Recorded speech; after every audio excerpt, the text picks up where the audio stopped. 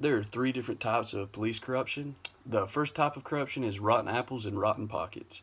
These are the least serious types of corruption. Rotten apple theory describes a situation in which only a few officers engage in corrupt acts. An example of this being officers stealing office or police supplies.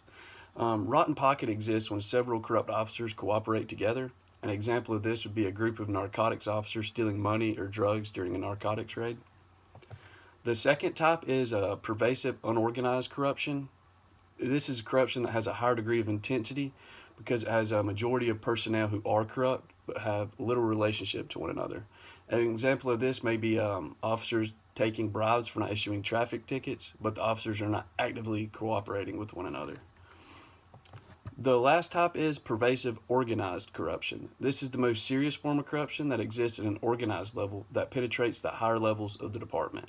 An example of this may be a systematic payoff to protect illegal activities, with the payoff shared among the members of a unit and their supervisors. Some closing facts about corruption is the levels of corruption are going to vary from department to department.